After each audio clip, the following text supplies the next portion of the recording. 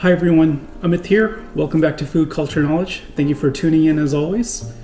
We're going to try a new series today. The Olympics are going on right now, as many of you are probably watching, and it kind of inspired me for a new idea. We talk about songs and music on this channel. It'd be kind of cool to study national anthems as well, I think, to listen to the anthems of different countries. We can learn a lot, I think, about different cultures by doing that. Maybe learn some history as well. So I figured let's give this a try. I was particularly inspired to do this because I heard the Japanese national anthem the other day, and I thought, hey, that'd be such a cool thing to share with others and, you know, learn some of the history behind it. So let's start off with that. Its name is Kimigayo. I hope my pronunciation is somewhat correct. Apologies, I don't speak Japanese, so apologies in advance for any mispronunciations. I'll try my best. Correct me if I'm wrong down below in the comments, please. I'll try better next time. We're going to actually listen to two versions of the Japanese anthem today. The first one is a bit more orchestral and operatic. The second one is just more of a pure vocal performance. So let's start off with the operatic one first. And as always, afterwards we'll have a discussion, talk about some history of the Japanese anthem, and hopefully we can all learn a little something. So let's give it a go.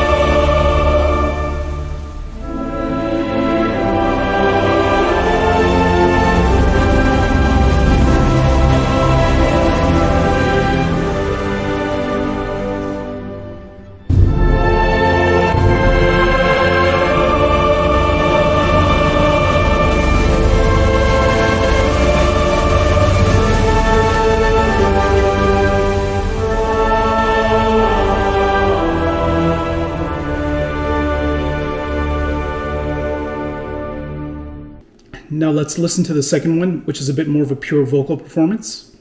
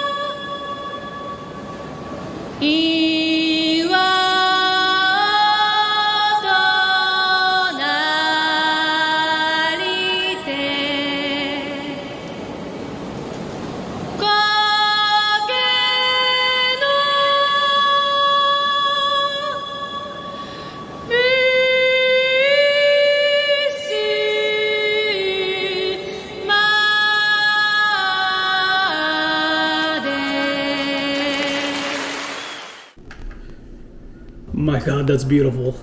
That's unique amongst national anthems that I've heard.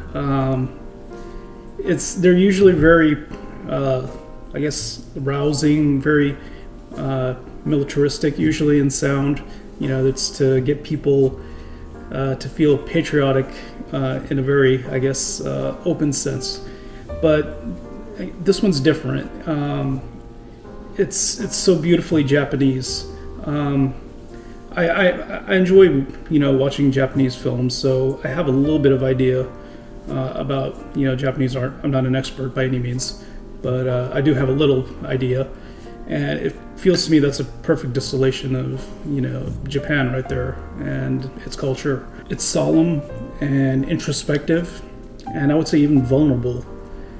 But there's such a beauty in there, with every note, with every word. You feel like you are listening to the heartbeat of Japan. I think when you listen to that national anthem, and I think that's kind of rare in national anthems, and it's a very cool feature of the Japanese one, I think. Kimigayo means His Majesty's reign, or His Imperial Majesty's reign. It was written around 1,000 years ago, if you will believe it. So that makes it the world's oldest national anthem, at least by lyrics. And it's written in a older form of Japanese, from my understanding. So it's not easily accessible, I guess, to younger generations. I guess something that would be analogous for us English speakers is maybe if we had an anthem in Old English or Middle English, it would be much more difficult for us to understand. So I'm guessing it's kind of like the same circumstance as the Japanese anthem has. It was originally created in 1869 by an Irishman who was leader of Japan's military band at the time.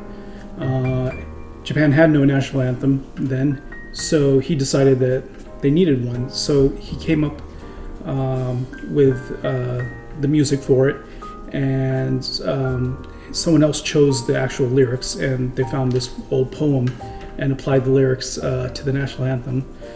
And the anthem was released in 1869.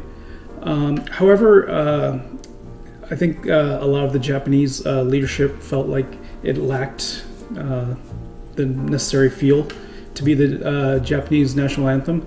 So in 1880, the music for it was rewritten and the current form came about. So that's what you're listening to now. So in 1880, it was officially ratified as the anthem, the national anthem for Imperial Japan.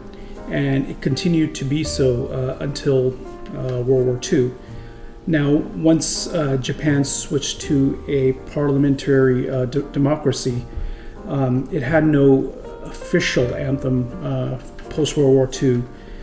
Kimigayo continued to be used unofficially as the anthem, but until 1999 there was no official Japanese anthem, at which point they decided to go ahead and re-ratify Kimigayo as the national anthem again. So from 1999 onwards, it has again officially become the anthem of Japan.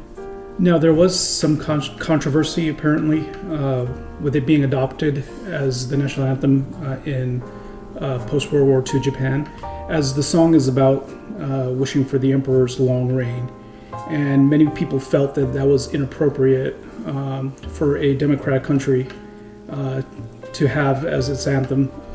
So a lot of people apparently were opposed to it, but in the end, I guess due to tradition, it was ratified and it was rechosen.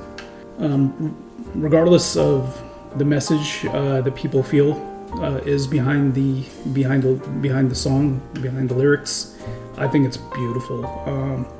The music is amazing. The lyrics I love.